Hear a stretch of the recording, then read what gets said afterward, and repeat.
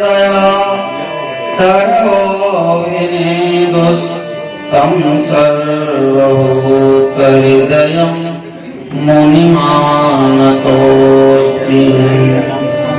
यस्वानुभावमखिलश्रुतिसारमेकम् अध्यात्मदीपमपि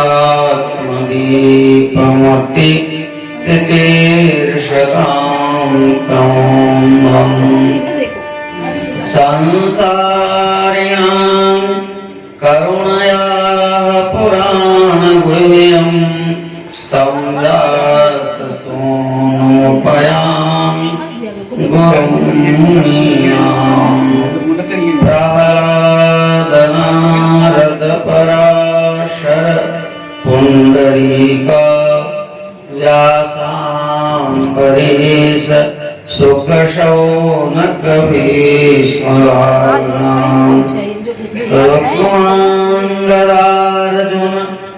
वसिष्ठविवेचनादीन् पुण्यान् महाभागवतान्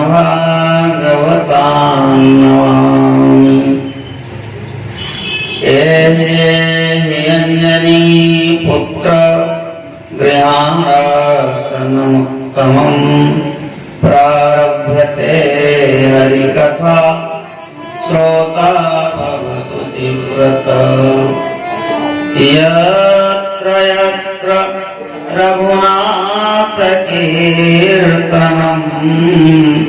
तत्र तत्र कृतमस्तकाञ्जलिं वाष्पवारि परिपूर्णलोचनं मारुतिं नमत राक्षसान्तकम् बार बार वरमागमो हरसिदेहु श्रीरंग पथ सरोज अनपायनी भगति सदा सत्संग कामिनी नारी प्यारे जिमि लोभी प्रिय जिमि राम तिमि रघुनाथ निरंतर प्रिय लागहु मोहि राम अर्थ न धर्म न काम रुचि गति न चाहो निर्वाण जन्म जन्म रति राम पद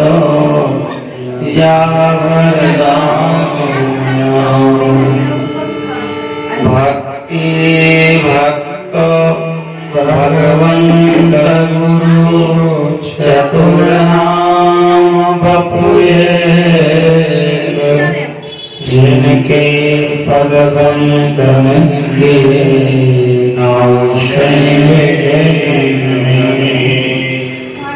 वांछा कल्पतरुभ्यश्च कृपा सिन्धुभ्यैव च पतितानां पावनेभ्यो श्री वैष्णवेभ्यो नमो।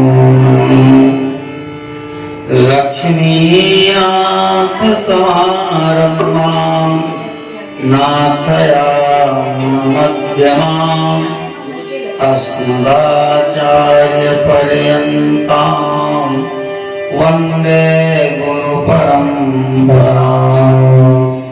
श्रीवाणाचलयोगिपादनलिन द्वन्द्वानुकम्पाभूतात् श्रीमद्भव्यसुदर्शनार्यचरणात् संलब्धमन्त्रत्रयम् श्रीमद्वेङ्कटनाथ सेवनरतम् सद्ब्रह्मचर्यान्वितं वन्देऽहं गुरुवर्यमध्यकमला कान्तं नितान्तोज्ज्वलम्।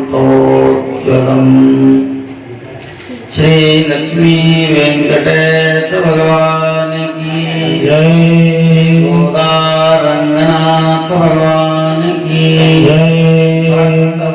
वत्सल करुणा सागर आनंद कंद श्री राघवेंद्र सरकार की नंद नंदन मुरलीधर सौलभ्य निधि श्री गोपीकांत दामोदर भगवान की अयोध्यानाथ भगवान की कामकानाथ भगवान की नाथ भगवान की अनंत बलवंत श्री हनुमंत महाराज की गंगा यमुना सरस्वती सरयू सीता अलकनंदा मैया की सत्य सनातन वैदिक धर्म की जय। श्री वैष्णव संप्रदाय की पात्रकार भगवान श्री राम लक्ष्मण महाराज की जय। श्री स्वामी महाराज की जय। जय जय श्री सीताराम राधे श्याम नमः पार्वती पतये हर हर हर महादेव। अखिल कोटि ब्रह्मांड नायक परात्पर परिपूर्णतम पर ब्रह्म परमात्मा कर्तुम अकर्तुम अन्यथा कर्तुम सर्व समर्थ अखिल है प्रत्यनीक अनंत कोटि गुण गणिक निलय अकारण करुणावरुणालय भगवान बद्रीनारायण की अहैत की असीम करुणा कृपा से एवं स्वनाम धन्य गर्ग वंशावतंस वैष्णव कुलभूषण सनातन धर्म धुरीण श्री उमाशंकर जी रस्तोगी सपत्नी सपरिजन सपरिकर के बंधु बांधव इनके पितरों के अमोघ आशीर्वाद से श्री हनुमान जी पूर्वा उनके चाचा और जिनको नहीं जानते हैं समस्त धर्म धुरीण श्रोतावृंद आप सबके पुण्य प्रताप से इस दिव्य कार्तिक मास में वो है शुक्ल पक्ष में और ऐसा मुहूर्त जिसमें अक्षय नवमी एकादशी द्वादशी एक एक क्षण की महिमा गाई जा सकती है। और उस पावन समय में हम सब ने पुराण तिलक जिसको पुराणों का मुकुट कहा जाता है श्रीमद् भागवत महापुराण की कथा श्रवण किया। ये एक जन्म के पुण्य का प्रभाव नहीं है। भगवान ने थोड़े थोड़े के पुण्य इकट्ठा करके और बड़ी करुणा करके अवसर प्रदान किया। धन्य धरी स्वयं जब सत्संगा, जब हम परमात्मा के गुणों के संबंध में विचार करते हैं, परमात्मा का नाम लेते हैं, परमात्मा की कथा सुनते हैं, वह क्षण जीवन का सर्वोत्कृष्ट क्षण होता है, अमूल्य क्षण होता है। उसका वर्णन कोई नहीं कर सकता। वो स्वामी जी कहते हैं तात स्वर्ग अपवर्ग धैर्य तुला दूर सकल जो सुख लो सत्संग। ऐसे दिव्य सत्संग का लाभ हमें पूरे आराधना सुबह 5 बजे से लेकर और रात के 10 बजे तक संस्कृत के वाचन के माध्यम से, देवताओं के आराधना के माध्यम से और कथा श्रवण के माध्यम से और मध्य मध्य में भगवान का जन्मोत्सव, विवाहोत्सव, गोवर्धन पूजा आदि अनेक प्रकार से हमने इस भक्ति के रस को खूब पिया, को आनंद लिया निर्विघ्न। ये भगवान की अतिशय। आज कथा का 6वां दिन है और यह सायंकालीन बेला है, भगवान की दिव्य रश्मि कथाएं होंगी। कल यद्यपि गोवर्धन पूजा तक ही प्रसंग कहने का क्रम सब लोगों का था। शास्त्रीय मर्यादा से तो रुक्मिणी विवाह 5वें दिन होता है। रुक्मिणी विवाह पर्यंत पंचमी हनी, लेकिन उत्सव की दृष्टि से कथाकार लोग रुक्मिणी विवाह 6वें दिन और 7वें दिन सुदामा चरित्र। कल एकादशी थी, पूरे देश में हर्षोल्लास से तुलसी जी का भगवान का विवाह हो रहा था। तो यहाँ भी उसका आनंद लिया गया और आज सबकी इच्छा है कि आज फिर से रुक्मिणी जी का उत्सव मनाएंगे। तो नंद के यहाँ उत्सव प्रकट हुआ है। उत्सव भगवान का एक नाम है और प्रतिपल हृदय में उत्सव बना रहे। आचार्य कहते हैं नित्योत्सव मंदिर है। जिस मंदिर में रोज उत्सव न हो, मंदिर किस चीज का। और ये शरीर जो है इसको मंदिर ही कहा गया। इसीलिए हम लोग शिखा रखते हैं। शिखा होता है मंदिर। तो देहो देवालय होता, शरीर मंदिर है, आत्मा रूपी नारायण इसमें निवास करते हैं। इसलिए इसको पवित्र रखना, इसको स्वस्थ रखना, इसको प्रसन्न रखना, ये हमारा परम कर्तव्य है। बाहर के मंदिर में भी पूजा करें, वो भी विधान है, लेकिन ये आत्मा का मंदिर है। इस शरीर को भी अंतिम क्षण तक स्वस्थ बनाए रखें, पवित्र बनाए रखें, क्या भी कर्तव्य। शिष्ट परंपरा है कि भगवान के नाम का कीर्तन करके ही कथा श्रवण करना चाहिए। भगवान के नाम कीर्तन करने से जो मन में कालिमा होती है, जिससे कथा में मन नहीं लगता, गोस्वामी जी कहते हैं तुलसी पिछले पाप से हरि चर्चा न सुहाए। तो नाम कीर्तन से मन निर्मल हो जाता है, कथा सुनने लायक हो जाता है। और बाद में भी नाम कीर्तन करना चाहिए कि जो कथा हमने सुनी है वो ठीक ठाक हमारे जीवन में उतर जाए। ये संपुट कीर्तन के नाम के बीच में कथा का संपुट, ऐसी परंपरा। आए भगवान के नाम का 2 बार उच्चारण करके और फिर कथा का श्रवण करें। बोल वृंदावन बिहारी लाल की जय। राधा साध्यम साधनम यश राधा, मंत्रो राधा मंत्रदात्री च राधा, सर्वं राधा जीवनं यस्य राधा। राधा राधा वाचक्यं तस्य शेषं, किशोरी कुछ ऐसा इंतजाम हो जाए। किशोरी कुछ ऐसा इंतजाम हो जाए। किशोरी कुछ ऐसा इंतजाम हो जाए। जुबां पे राधा राधा राधा नाम हो जाए।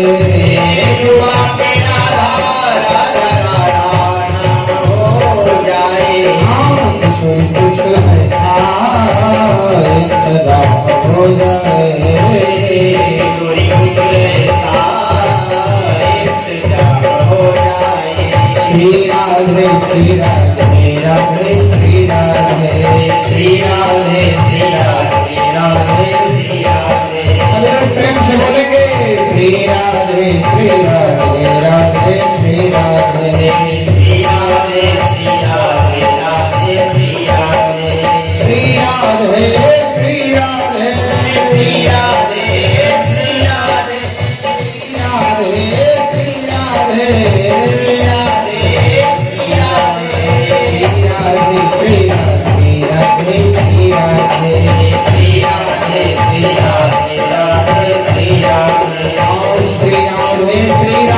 राधे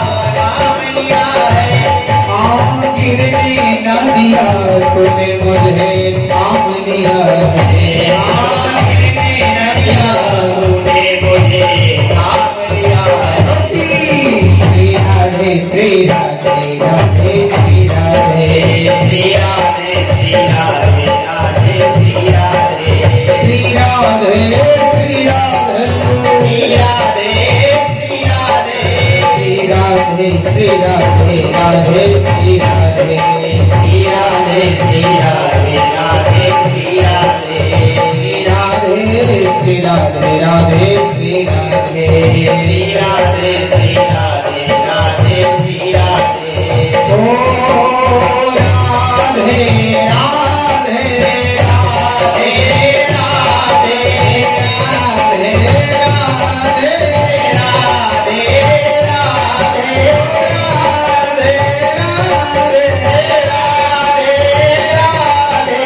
श्री राधे श्री राधे राधे श्री राधे श्री राधे श्री राधे राधे श्री राधे श्री राधे श्री राधे राधे श्री राधे श्री राधे श्री राधे राधे श्री राधे ओ अब प्रभु कृपा करहु यही भांति अब प्रभु कृपा करहु यही भांति अब प्रभु कृपा करहु यही भांति अब प्रभु कृपा करहु यही भांति सब तज भजन करहु दिन राति सब तज भजन करहु दिन राति श्री राधे श्री राधे राधे श्री राधे श्री राधे श्री राधे राधे श्री राधे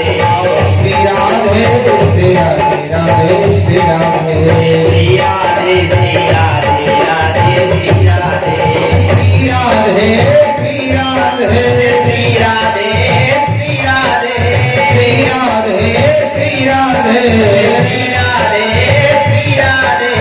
श्री राधे श्री राधे राधे श्री राधे श्री राधे श्री राधे जब गिरते हुए मैंने तेरा नाम लिया है जब गिरते हुए मैंने तेरा नाम लिया है आम गिरने न दिया तूने मुझे थाम लिया है आम गिरने न दिया तूने मुझे थाम लिया है चरणों में मेरा मुकाम हो जाए कोई कुछ ऐसा इंतजार हो जाए कोई कुछ ऐसा इंतजार हो जाए नाम हो जाए नाम हो जाए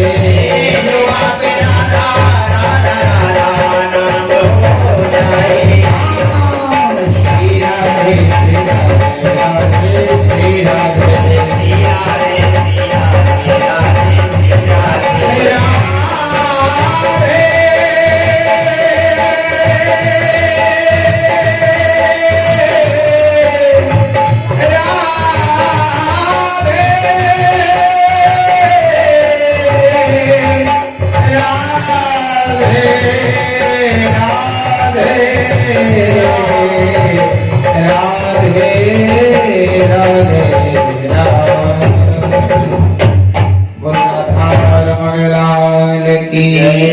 दूल्हा सरकार की श्री व्यास भगवान की बाराही मैया की भैरव बाबा की जय जय श्री सीताराम।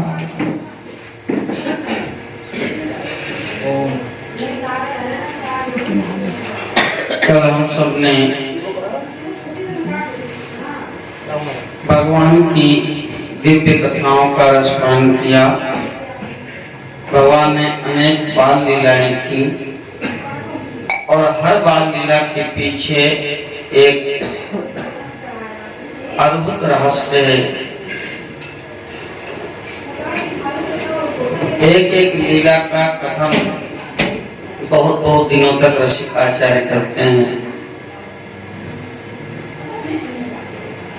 भगवान ने मिट्टी खाई, बड़ी प्रसिद्ध लीला। मिट्टी क्यों खाई? एक तो स्वाभाविक रूप से बालक प्राय मिट्टी खाते हैं, इसलिए भगवान ने भी मिट्टी खाई। वेद व्यास ने लिखा। दूसरा, भगवान परम सत्गुणमय है और संसार में जब लीला करना है तो यहाँ तो रजोगुणी भी बनना है, तमोगुणी भी बनना है। जैसे जैसे लीला करनी पड़ेगी उस प्रकार से सारे गुणों को अपने अंदर आधान करना पड़ेगा। तो रजोगुण को अपने अंदर धारण करना है, इसलिए मिट्टी खाई कि मिट्टी खा करके थोड़ा रजोगुण अपने अंदर ले लें।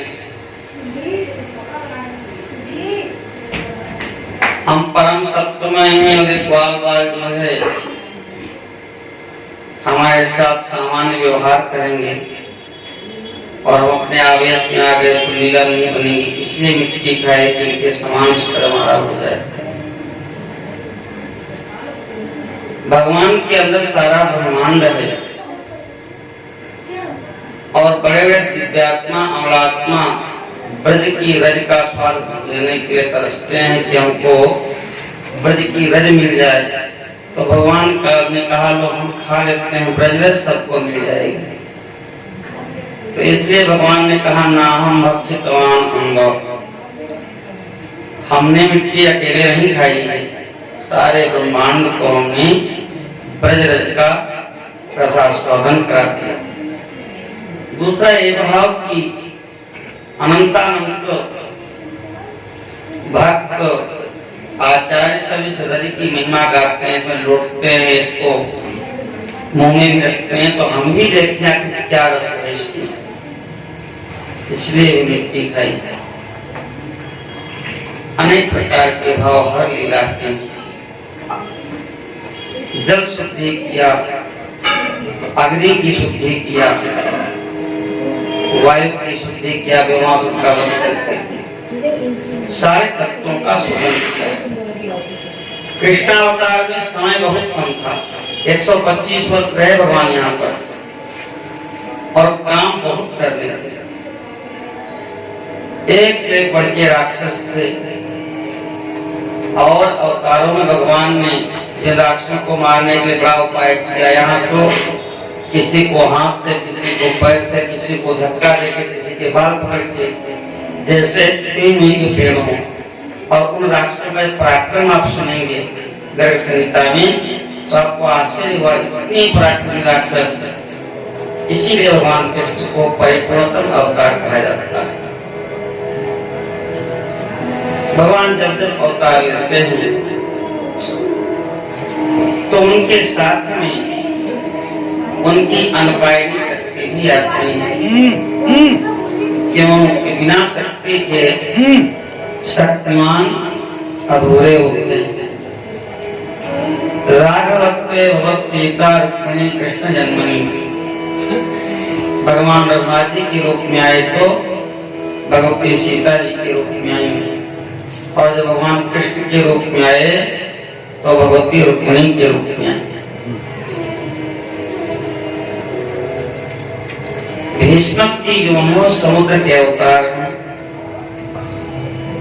और रुक्मिणी जी लक्ष्मी का अवतार है। इनके 5 भाई हैं और छठे ये हैं रुक्मी, रुक्मरथ, रुक्मबाहु, रुक्मकेशी और रुक्ममाली, और ये रुक्मिणी है। भीष्म जी के यहाँ नारद आदि ऋषि आते हैं, बड़े बड़े भगवान के भक्त संत आते हैं और आकर के भगवान की महिमा का गान करते हैं। आप सब कथा सुन रहे हैं। ये जो 50 के बाद जो कार्य किए जाते हैं ये अपने लिए नहीं होते। कोई 80 साल का बुढ़ा पेड़ लगा रहा था, चला नहीं जा रहा था, पेड़ों को सींच रहा था, तो किसी बुद्धिमान ने पूछा बाबा ये पेड़ क्यों लगा रहे हो? आप तो आज या कल में जाने वाले हो, तो कहे कि जिन पेड़ों के फल हमने खाए हैं वो हमने नहीं लगाए थे, तो हम लगा रहे हैं तो हमारे बाद जो लोग आएंगे इनको खाएंगे। आज जो आप संस्कार दे रहे हैं, भागवत सुन रहे हैं, ये जो इस घर में छोटे शिशु हैं, बालक हैं, उनके संस्कार करते हैं। तो संस्कार जो पढ़ने होते हैं वो माँ के गर्भ में ही पड़ जाते हैं और अधिकतम 8-9 साल तक जो भी परिपूर्ण होता है वो बालक हो जाता है। बाद में तो कहने की बातें होती है। रुक्मिणी जी भी छोटी सी हैं, सबसे छोटी बहन है, त्यागी। संत महात्मा आते हैं तो सेवा का अवसर उनको ही मिलता है और वो संतों से सुनती हैं भगवान का नाम, भगवान कृष्ण की महिमा, उनका औदार्य, उनका वात्सल्य, उनकी कृपा करना। सोपसुत्य मुकुंदस्य रूप वीर गुणश्रिय गृहागतैर्गीयमास तन्मे सदृशं पतिम्। घर में जो संत आते थे और बार बार उनके गुणगान गाते थे तो रुक्मिणी ने मन ही मन मान लिया कि अपने को मैं इनको ही सौंप देती हूँ। इतने उदार हैं, इतने सुशील हैं, मैं उनको ही अपना पति मान लेती हूँ। रुक्मिणी ने बाल्यावस्था में ही भगवान को पति मान लिया। ताम बुद्धि लक्षणोदार्य रूप से रघुनात्रयाम कृष्णस्य सदसीं भार्यां समुद्रोरुं गते। और भगवान भी विवाह के योग्य हो गए हैं। अपने समान ही बुद्धिमती, रूपवती, शीलवती भार्या के साथ विवाह करना चाहते हैं। भीष्मक ने तो यही मन बनाया कि हम अपनी बेटी का विवाह कृष्ण के साथ ही करेंगे, लेकिन जो उनका बड़ा बेटा था रुक्मी, उसने पिताजी का विरोध किया और यही कृष्ण के बुआ के बेटे थे शिशुपाल, उनके साथ विवाह की बात नहीं कर दिया।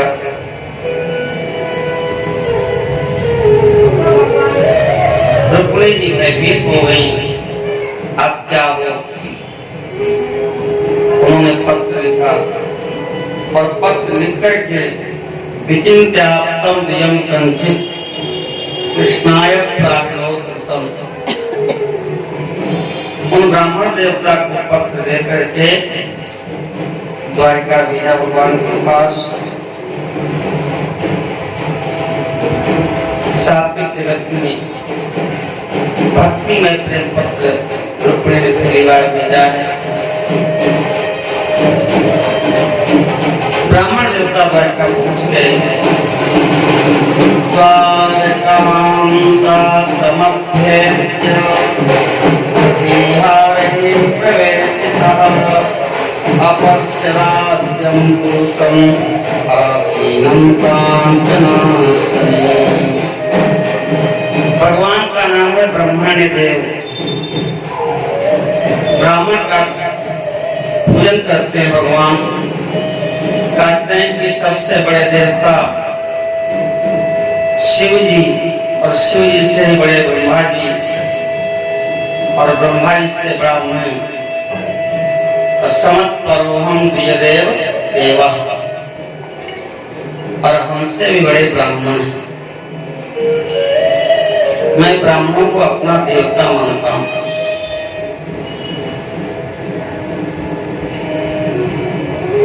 इतनी महत्ता ब्राह्मणों की क्यों आप देते हैं?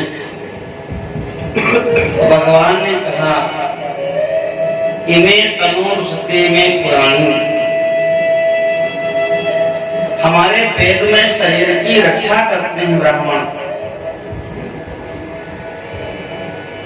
ब्राह्मण अपने स्वरूप को भूल गए हैं और इसके कारण उनको अपमान भी होना पड़ता है। वह अपने तेज से वंचित है। ब्राह्मण का कर्तव्य बताया है वेदों में। ब्राह्मणेन निष्कारणो धर्मः षडंगो वेदो अध्ययो ज्ञेयश्च। माता ब्राह्मणी है, पिता ब्राह्मण है और उसके गर्भ से आपने जन्म ले लिया तो भगवान ने भेजा ही इसीलिए है। आपको यहाँ अलग से डॉक्टर, मास्टर और चपरासी बनने की आवश्यकता नहीं है। जन्म लेते ही हर ब्राह्मण का एक वेद होता है, किसी का यजुर्वेद है, किसी का सामवेद है। उस वेद की रक्षा करना उसका कर्तव्य है। तो वेद की रक्षा करने के लिए सीधे वेद पढ़ेंगे क्या? खेती बचानी होती है तो तमाम कांटों की बाढ़ लगाते हैं चारों तरफ से।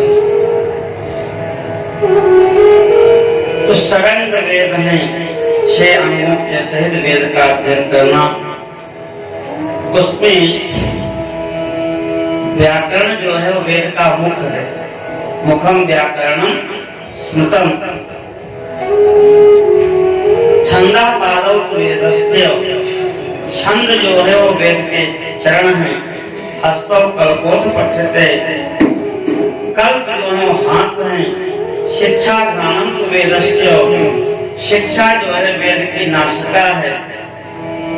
और ज्योतिषामयनम चक्षु। ज्योतिष जो है वेद के नेत्र। इस प्रकार से षडंग वेद है। ब्राह्मण का धर्म है कि निष्काम भाव से वह षडंग वेद का अध्ययन करे। अध्ययन करके ही शांत हो जाए क्या? कहे नहीं। अधीति बोधा चरण प्रचारणे दशाचतस्तम पढ़यन उपाधि। अध्ययन करे गुरु से और गुरु से अध्ययन किए बोलने के बाद एकांत में उसका चिंतन करे, अपने को पचावे और जब पचा ले तो उसको आचरण में ले आवे। सत्यम पर लिखा है वेद में, उसको रटे। रटने के बाद सत्य बोलने का अभ्यास करे और जब सत्य बोलने का लाभ जीवन में मिल जाए तो फिर उपदेश शुरू करे कि तुम ही सत्य बोलो। 4 प्रकार से विद्या की उपयोगिता होती है। अध्ययन करे, अध्ययन करे उसका मनन करे, मनन करने के बाद उसका आचरण करे और जब वो चीज आचरण में आ जाए तब उसका उपदेश करे। तो ब्राह्मणेन निष्कारणो धर्मः षडंगो वेदो अध्ययो ज्ञेयश्च। प्रत्येक ब्राह्मण का जन्म से कर्तव्य है, उसके जीवन का लक्ष्य होना चाहिए वेदों की रक्षा।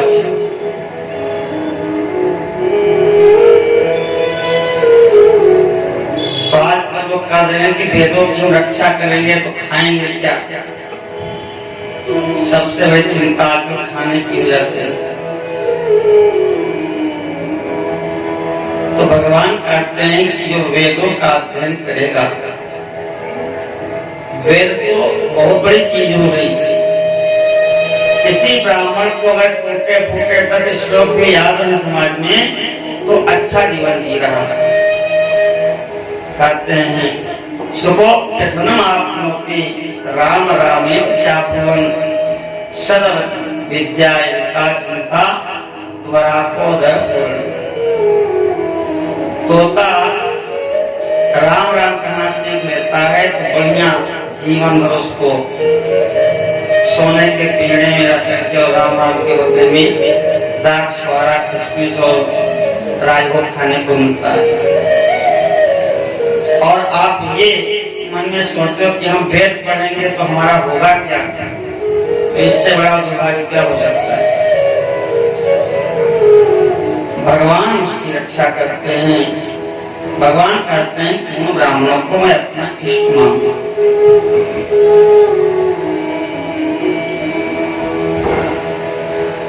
अधिकतर लोग विघ्नों की बात करते हैं, क्या करें, संभव कैसे है।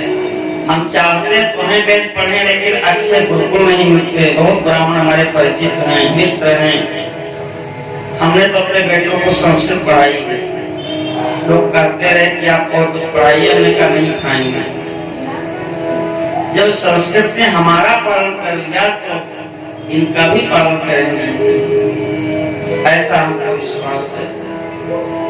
कई आपने पढ़ाया, लेकिन हम पढ़ाएं, कोई विद्यालय अच्छे नहीं है, कोई पढ़ाने वाले अच्छे नहीं है। संस्कृत विद्यालय में ताला लगा रहता है, पढ़ाई होती नहीं, अनेक प्रकार की बातें। तो ठीक है, आपको चारों वेद के विद्वान नहीं मिलते, पुराणों के विद्वान नहीं मिलते, तो याज्ञवल्क्य कहते हैं कि कम से कम 10 मंत्र तो आप पढ़ा सकते हैं।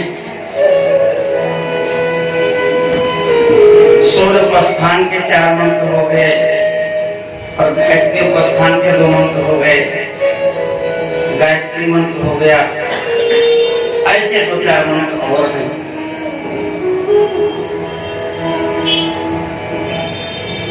विप्रो वृक्षस् तस्य मूलं च संध्या वेदा शाखा धर्म कर्मा विपत्रम तस्मान् मूलो यत्नतो रक्षणीयो छिन्ने मूले नैव शाखा न पत्रम। महर्षि कहते हैं कि विप्र जो है, ब्राह्मण क्या है, वृक्ष है, और वृक्ष की जड़ होती है। अगर जड़ न हो तो वृक्ष सूख जाएगा। तो ब्राह्मण रूपी वृक्ष की जड़ क्या है, संध्या। 3 बार संध्या करनी चाहिए, प्रातः काल, दोपहर और शाम को। कदाचित दोपहर में आप न कर सकें तो प्रातः और शाम को तो सभी यात्रियों को, जिनका जन्म हुआ है, उनको संध्या करनी चाहिए।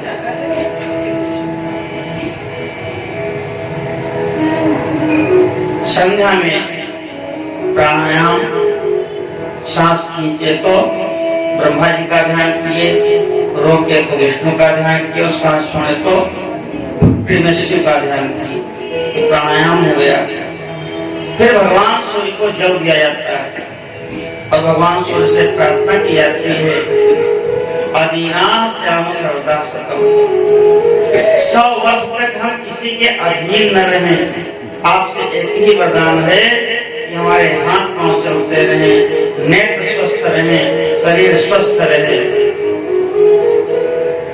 तच्चक्षुर्देवहितं पुरुषस्ता श्रमस्ता पसेम सर्वदा शतं जीवेम सर्वदा शतगुं संयाम सर्वदा शतं प्रभवाम सर्वदा शतमदीनां श्याम सर्वदा शतं भूयश्च सर्वदा सदा।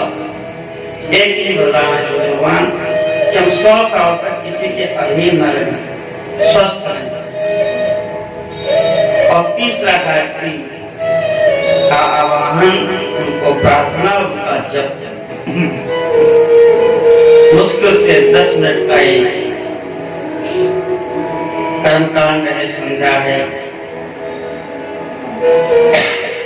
कहते जड़ है ब्राह्मण की, सब कुछ छूट जाए, लेकिन ब्राह्मण को संध्या का त्याग नहीं करना चाहिए।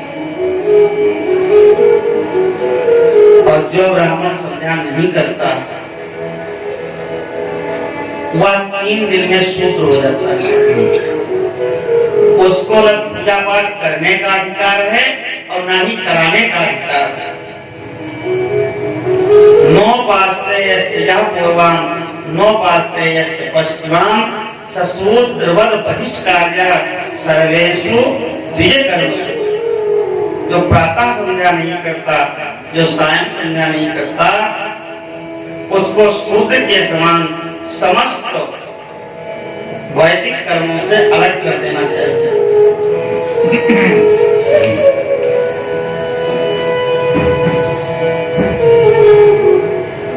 अभी एक बड़े अच्छे महात्मा हमको मिले बद्रीनाथ के गुफा में, तो हम किसी योजना से नहीं गए थे, ऐसे ही पहुंच गए और मन में ये था कि कहीं एकांत को जगह रहने की मिल जाती तो ज्यादा अच्छा था। तो गए, भगवान का दर्शन किए, फिर गंगा किनारे बैठ के जलपान कर रहे थे और वो आए तो कहे ऊपर कमरा है, ये चाबी है। कोई बात नहीं, सीधी नहीं रुके, हम 5-7 दिन रुके। जब चलने लगे तो हमने कहा ये बताइए कि हमारी आपकी कोई बात नहीं हुई, हमने आपसे कमरे की बात भी नहीं कहा, आपने अचानक हमको चाबी लाके क्यों दे दिया? तो कि आचार्य आप ब्राह्मण भी हैं, विद्वान भी हैं, जो त्रिकाल संध्या करता है, संध्या तो शब्द है, कोई भी मनुष्य सुबह शाम अगर आधे घंटे बैठ के भगवान का स्मरण ध्यान करता है तो वो त्रिकालज्ञ हो जाता है। क्या होना है, कौन आ रहा है, कौन जा रहा है, अपने आप उसके ज्ञान हो जाता है। तो पहले हमने कहा आप कैसे पता लगा? क्या ये मत पूछिए, बस हमको प्रेरणा हुई कि कोई ये ब्राह्मण बैठे, उनको चाबी दे दो कमरे के लिए, बस। ये नहीं कि कहीं सुनी बातें, अभी भी प्रत्यक्ष है संध्या का प्रभाव। यदि आप वास्तव में संध्या करते हैं तो देवता प्रेरणा देते हैं, वो प्रत्यक्ष हो जाते हैं।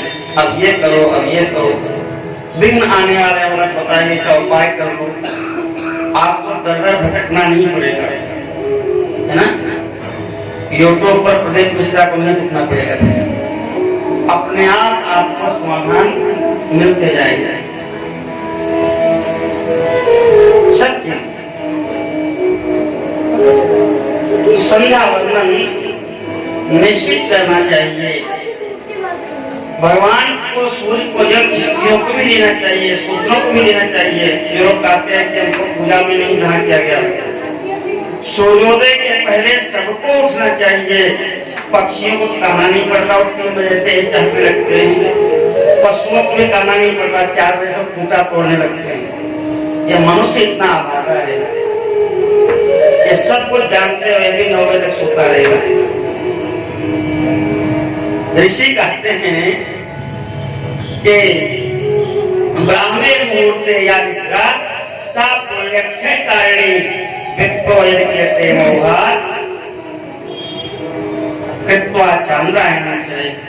ब्राह्म मुहूर्त में जो निद्रा है वह पुण्य का नाश करने वाली है, आयु का नाश करने वाली है, लक्ष्मी का नाश करने वाली है। ये सात्विक पुरुष मोहवश, अज्ञानवश, शरीर की दास्तावश, शरीर की दास्ता क्यों? जितने ठंडी बढ़ती है तो रजाई सोने का मन नहीं करता। लोग तो अपने मलमूत्र के बेग को भी रोके रहते हैं, कोई बात नहीं और पड़े हो।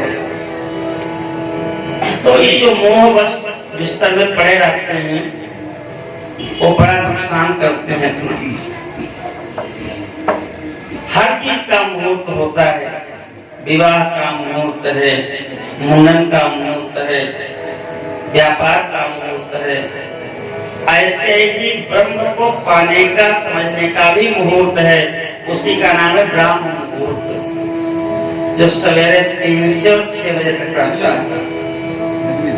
तो ब्राह्म मुहूर्त में आपने ब्रह्म का चिंतन नहीं किया और कहते हैं कि भगवान को पाना चाहते हैं, तो ये सत्य नहीं है। आप लोग कह रहे हैं मुझसे, वस्तुतः आपका भगवान से कोई लेना देना नहीं है, ना आप भगवान से मिलना चाहते हैं, न भगवान को जानना चाहते हैं। यदि भगवान को जानना चाहते हैं, ब्रह्म को जानना चाहते हैं, वेद को जानना चाहते हैं, तो 3 बजे किसी भी स्थिति में बिस्तर से आप उठ जाइए।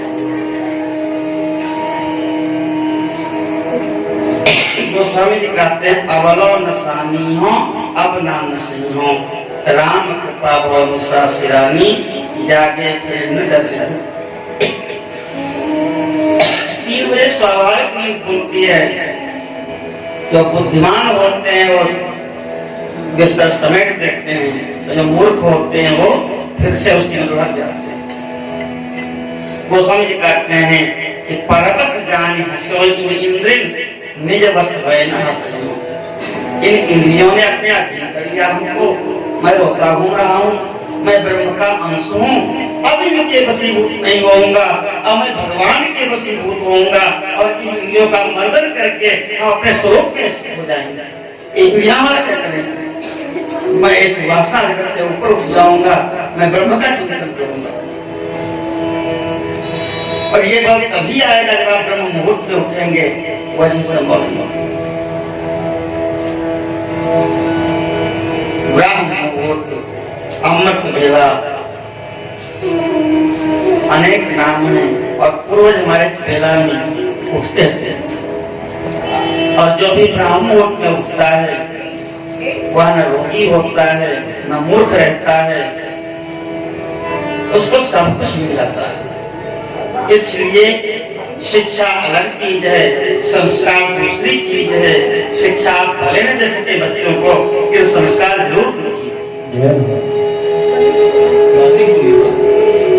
अंगूठा छाप भी है लेकिन संस्कार है, तो हर लोक भी बना लेगा, परलोक भी बना लेगा। और डिग्री आप बहुत दिला दीजिए, संस्कार नहीं है तो डिग्री कुछ नहीं, और केवल शिक्षा में अपना खर्च किया है, उसके वो बिल नहीं, प्रमाण पत्र हो, कुछ नहीं। इसलिए संस्कार प्राथमिकता है।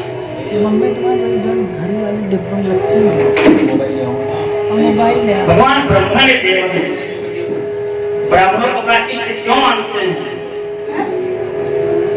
सैकड़ों ब्राह्मणों को हम अभी भी जानते हैं।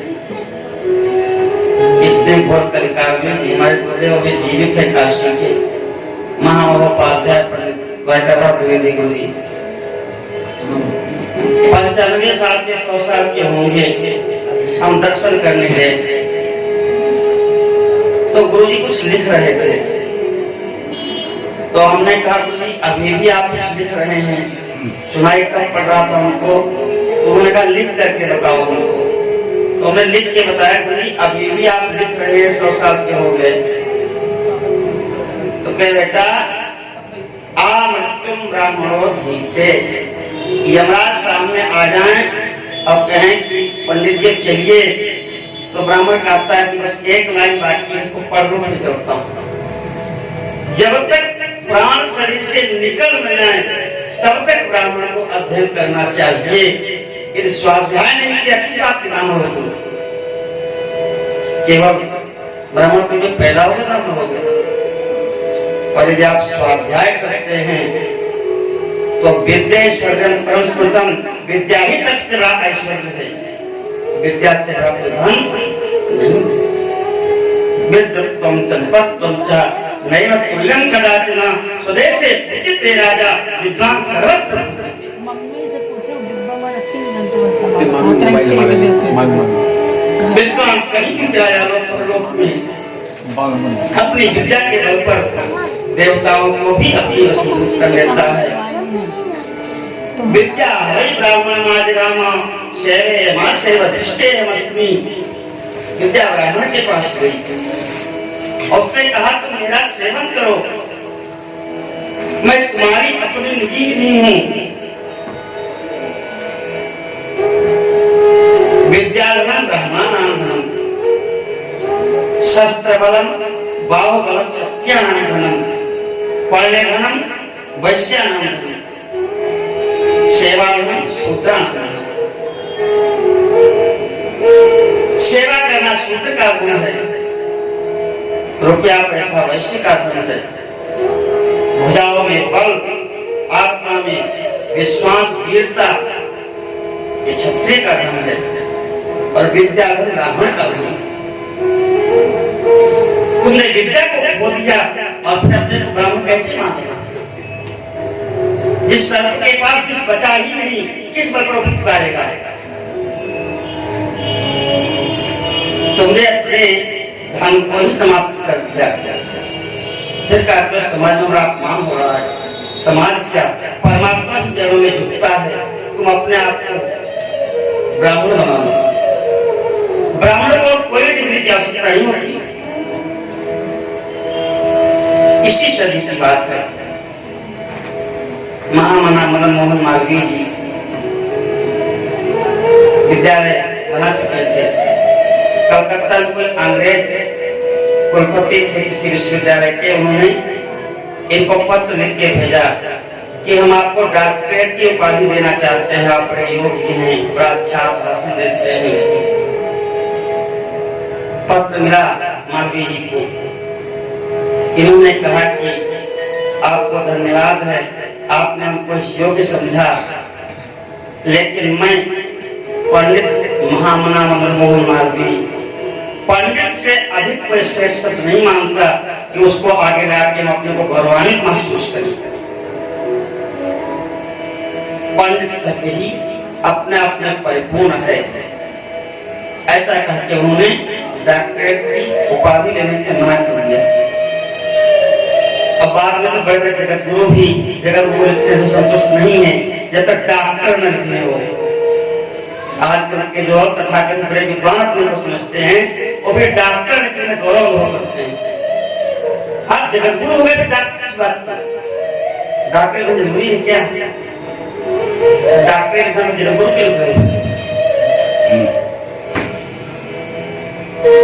कहने के लिए बहुत कुछ है। हमारे आचार्य ने कहा था ब्राह्मणों के ऊपर कुछ नहीं बोलिए आप, तो ब्राह्मणों के बोले कि बहुत कुछ है, हृदय में वेदना भी है, कुछ बताना भी चाहते हैं, लेकिन ब्राह्मण सुनने को तैयार नहीं है।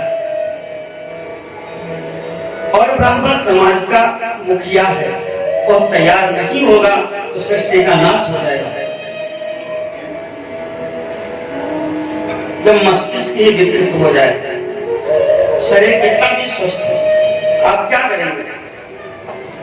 लोग पूछते हैं कि लहसुन प्याज क्यों नहीं खाना चाहिए? तो शरीर को फायदा करता है, खून को ठीक करता है, घुटने को ठीक करता है। आपका खून बहुत अच्छा हो, हीमोग्लोबिन का स्तर बहुत ज्यादा हो, उसमें घुटने ठीक काम करते हो और दिमाग में काम करता हो, तो क्या करेंगे आप? आपको कौन स्वस्थ करेगा? तो ये जो है तमोगुणी है, या मस्तिष्क की सूक्ष्म नसों को कुंद कर देते हैं। इसलिए ऋषियों शोध करके कहा कि लहसुन प्याज नहीं खाना। ये धैर्य की शक्ति को आपके समाप्त कर देते हैं। तेज गंध वाले होते हैं, नया कितने शोध ग्रंथ लिखे हैं, इसलिए नहीं खाना चाहिए। और आपके पढ़े के लोग बोलते क्यों नहीं खाना चाहिए?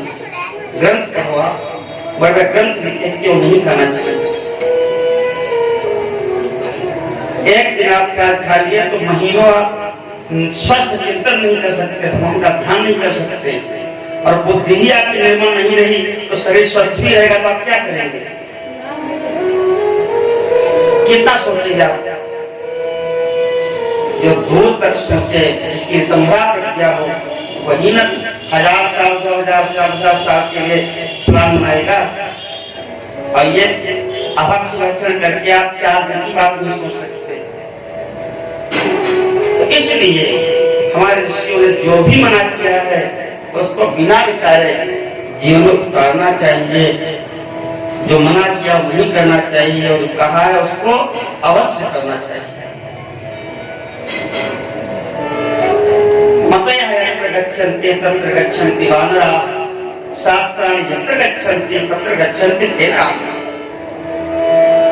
बुद्धि जहाँ जहाँ जाए वहाँ वहाँ जाओ, तो ये बंदर का काम है।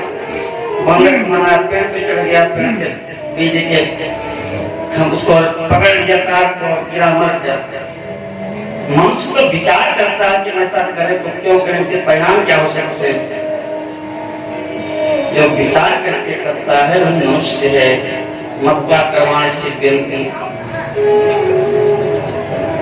भगवान कहते हैं चाहे कश्यप आए थे, नक्ष आए थे, रावण आए थे, कुंभकर्ण आए, और चाहे आज के इतने तक गर्मियां में ब्राह्मण ने भगवान और वेदों की रक्षा के लिए सदैव बलिदान दिया।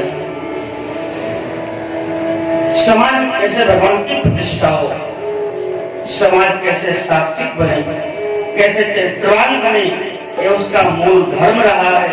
इसलिए समर्थ करो हम तुझे देव देवा, इसलिए मैं ब्राह्मण को अपना इष्ट मानता हूं। लेकर के आए हैं रुक्मिणी का पत्र, भगवान को दिया है। भगवान ने अपने सिंहासन पर ब्राह्मण देवता को बिठाया, उनकी सेवा किया, भोजन कराया, चरण दबाए, और अंत में कुछ से पूछा है तो ब्राह्मण देवता ने पत्र निकाल करके दे दिया। भगवान ने कहा कि हे ब्राह्मण देवता, आप ही पत्र पढ़ के सुना दीजिए।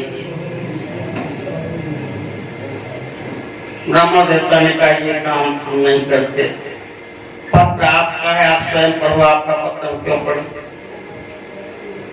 भगवान ने पत्र पढ़ा है, 8 श्लोकों का रुक्मिणी जी का वह प्रणय निवेदन है, परम सात्विक। श्रुत्वा गुणान् भुवन सुंदर शृण्वतान्ते निर्वेश्य कर्ण विवरे हरतोंगतापम रूपम दृशां दृश्यमतां अखिलार्थलाभं त्वय्यच्युता विशत चित्रमपक्रपम्।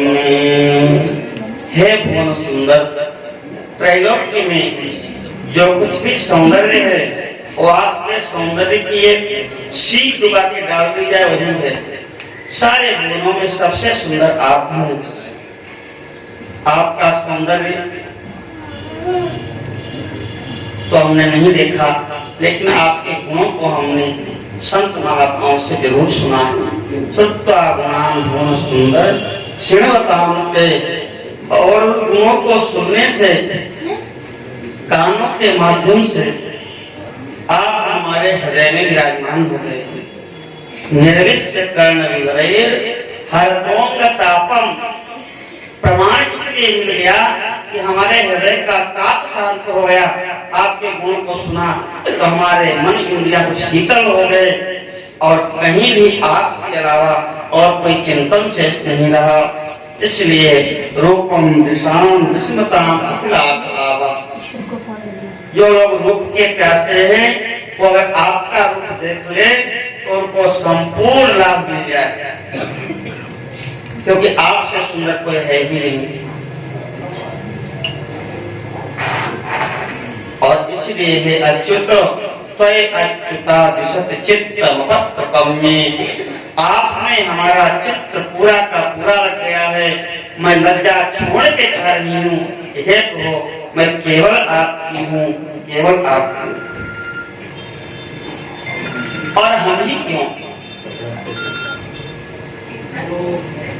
काता मुकुंद महते कुलशील रूपा विद्या वयो द्रविणदाम अभिरात तुल्यम। हे मुकुंद, कोई भी विवाह करने योग्य जो कन्या होगी, और आपका कुल, आपका शील, आपकी विद्या जो सुन लेगी वह केवल आपको पति बनाना चाहेगी। तेरा पतिम कुलवते न प्रणीत कन्या काले सिंह नरलोक मनोभिरामी। हे मनुष्यों में सिंह, हे नृसिंह, आपको मैं पति बनाना चाहती हूँ। कहते हैं कि सिंह का भाग आज तक कोई सियार नहीं ले पाया है, और ये शिशुपाल आज सियार के समान है, गोमायुवन। और मैं आपका भाग हूँ, मैं आपको समर्पित हो चुकी हूँ। आपके चरणों में बारंबार एक ही प्रार्थना है कि आपका भाग आपको प्राप्त हो। हे अमृताक्ष, हे कमल नयन, हमने कोई भी अगर दान पुण्य किया है, भगवान गणपति की आराधना किया है, माँ पार्वती की आराधना किया है, तो आप हमें पति के रूप में प्राप्त हो। यदि आप कहो कि तुम तो राजमहल में रहती हो, हम कैसे तुमको प्राप्त करें, तो विवाह के एक दिन पहले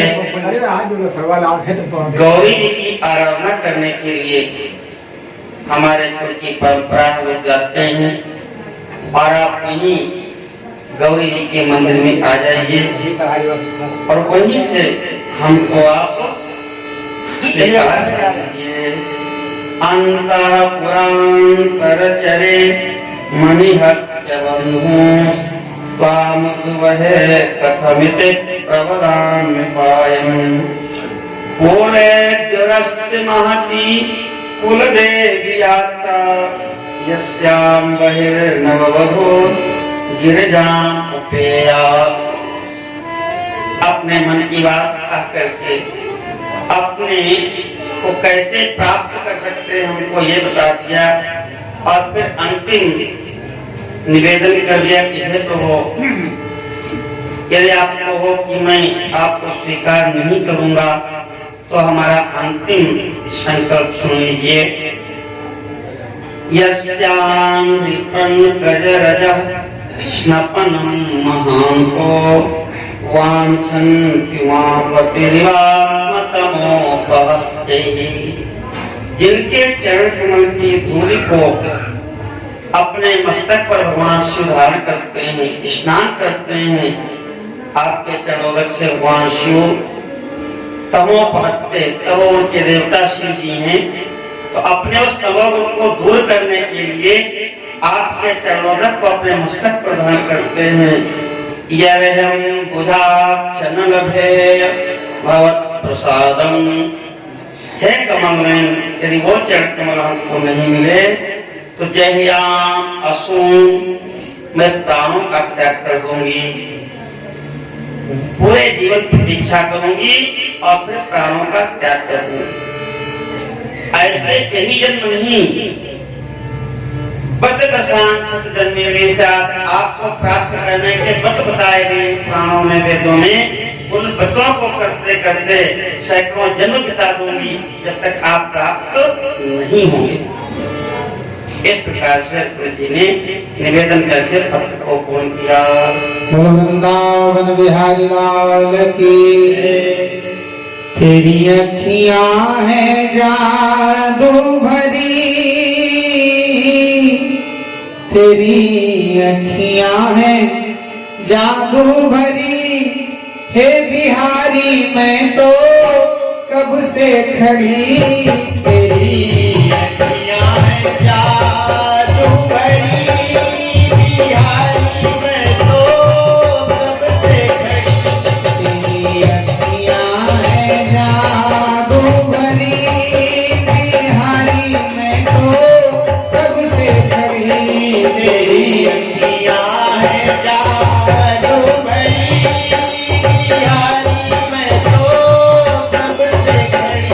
और श्री रुक्मणी जी भगवान से कहती है, कहो सुन लो मेरे साम सलोना, सुन लो मेरे श्याम सलोना, तुमने ही मुझ पर कर दिया टोना, तुमने ही मुझ पर कर दिया टोना। हो सुन लो मेरे श्याम सलोना, तुमने ही मुझ पर कर दिया टोना, कर दिया टोना, कर दिया टोना। मैं तो तेरे द्वारे, मैं तो तेरे द्वारे आने खड़ी, बिहारी मैं तो कब से खड़ी।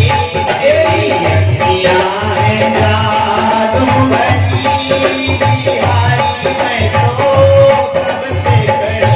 तेरी अखियां हैं जादू भरी, बिहारी मैं तो कब से खड़ी।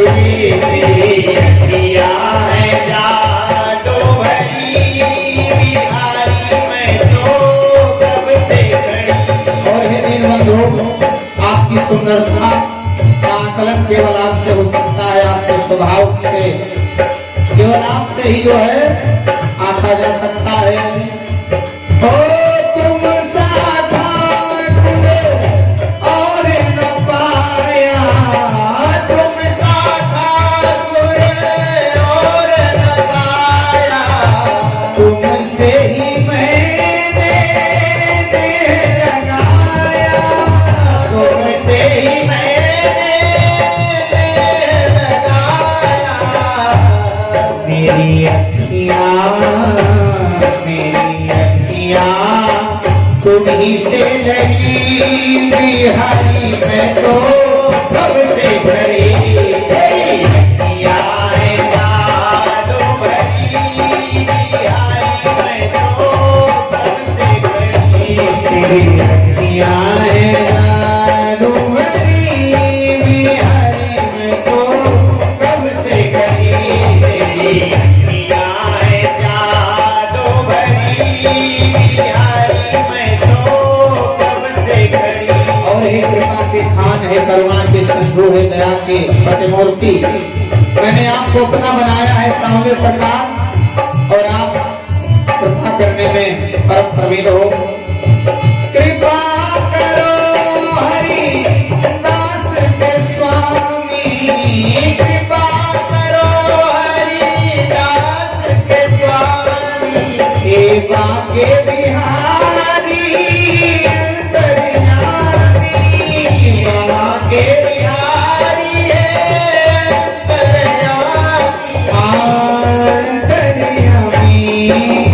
मेरे स्वामी मेरे टूटे ना, मेरे टूटे ना भजन की लगी बिहारी, मैं तो कब से खड़ी, तेरी अखियाँ हैं जादू भरी बिहारी, मैं तो कब से खड़ी, तेरी अखियाँ हैं जादू भरी बिहारी, मैं तो कब से खड़ी, तेरी अखियाँ हैं जादू भरी बिहारी, मैं तो कब से खड़ी। अरे सांवले सरकार, आपको जब से देखा है मैंने अपना बना लिया है, सुन लो मेरे,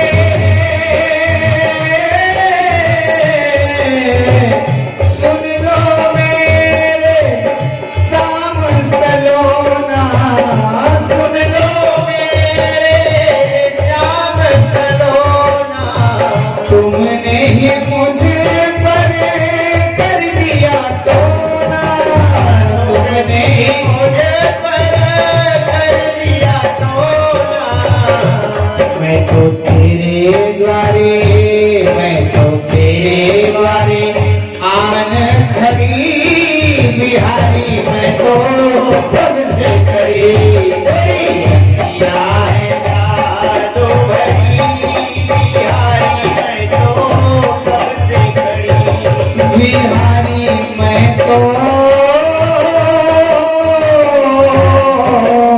कब से खड़ी। द्वारकाधीश भगवान की जय हो। ब्राह्मण देवता कहते हैं, इत्ते ते गुह्य संदेशा यदुदेव मया हृता, विमृश्य कर्तुं यच्चात्र क्रियतां तदनन्तरम्। ये रुक्मिणी का गोपनीय संदेश हमने आपको ला करके दिया, आपने इसको पढ़ लिया, विचार करके और क्या करना है इसकी योजना आप बना लीजिए। अब तो ये बहुत बड़ा उत्सव होने लगा, कथावाचकों को लाभ होता है, आचार्यों को पंडितों को लाभ हो जाता है, तो कोई विरोध भी नहीं करता। कथा तो विशुद्ध कथा होती है, उसमें उत्सवों के समावेश से कथा दब जाती है, कथा का रस ब्राह्मण संदेश लेकर के आया है। ब्राह्मण गुरु है। गुरु जो है भगवान से संबंध को कराता है। भगवती कह रही कि आपके गुणों को सुनकर के हमारा अंतःकरण आपको समर्पित हो चुका है। हमने आपको रूप को नहीं देखा है, लेकिन आपके गुणों के सुनने से हरतोंग तापम, हमारे अंग का ताप संताप सब दूर हो गया है। तो आपके गुण यथार्थ हैं, आपका शील स्वभाव यथार्थ है, इसका प्रमाण हमको मिल चुका है, क्योंकि यो पाप ताप संताप तो दूर हो गए। तो अपनी बुद्धि रूपी कन्या को वर रूपी नारायण को समर्पित कर देना चाहिए। यही रुक्मिणी विवाह है। महात्मा में भी यही है। धुंधुली अंतिम क्षण तक धुंधली ही रह गई। आप जो समझाते रह गए। महात्मा कहते हैं फल खिलाओ, वो धुंधली जो है सात्विक हो जाएगी, और सात्विक श्रद्धा धेनु सुभाई जब सात्विक हो जाएगी तो भगवान को समर्पित हो जाएगी, कल्याण हो जाएगा उसका। लेकिन उसने फल खाया नहीं। पितामह भीष्म कहते हैं इति मधुर प्रकार पिता कृष्ण भगवत सात्विक पुंगवे विमुक्ति। हे प्रभु, अब हमारी बुद्धि कृष्णा रहित तो हो चुकी है। अब इस बुद्धि को आप अपने चरणों में लगा लगा और समर्पित कर दिया विष्णु।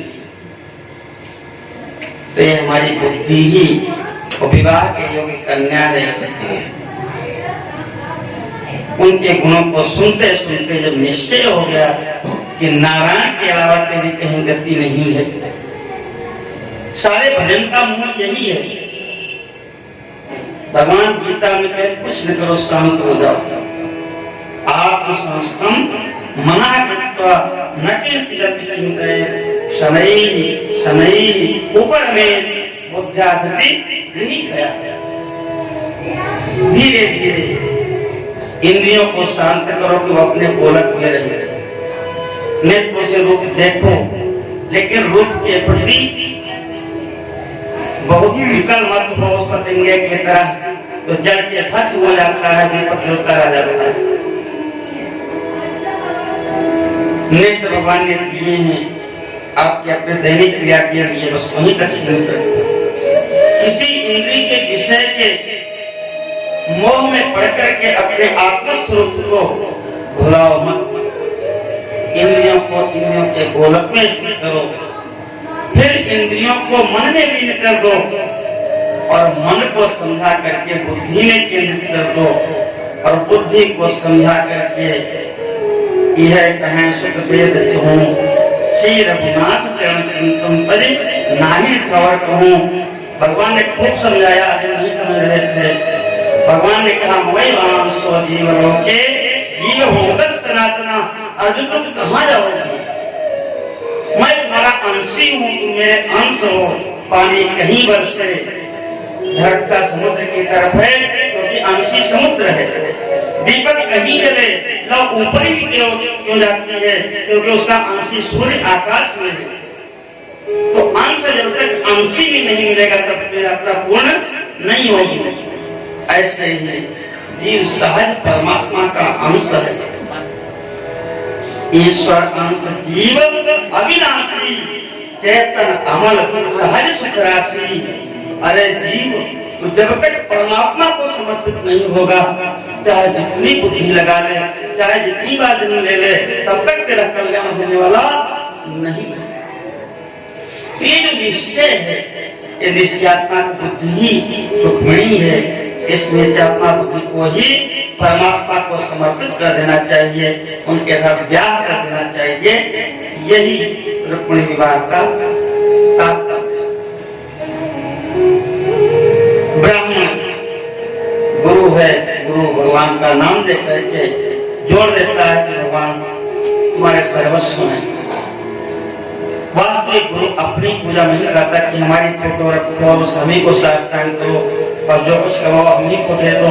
ये सब केवल ढोंग पूरा सिस्टम नहीं। गुरु वही है जो परम गुरु में समर्पित कराता है। तुम जो स्वयं भौतिक पदार्थ में भटक रहे हो तो हमको परम तत्व को क्या दिखाओगे? इसलिए शब्द ब्रह्म है निष्णाता पर ब्रह्मादि गच्छति। शब्द ब्रह्म में निष्णात होके पर ब्रह्म का जिसको रस मिल चुका है, ऐसे ब्राह्मण को अपना गुरु बनाना चाहिए। ब्राह्मण जी का विचार कीजिए। भगवान कहते हैं ब्राह्मण देवता तथा हमपि तच्चित्तो निद्रां च लभे ऋषि वेदाहं रुक्मिणा द्वेषा ममोनुभावो निवारितः। भगवान का वचन है, ये यथा मां प्रपद्यन्ते तास तथैव भजाम्यहम्। जो मुझे जैसा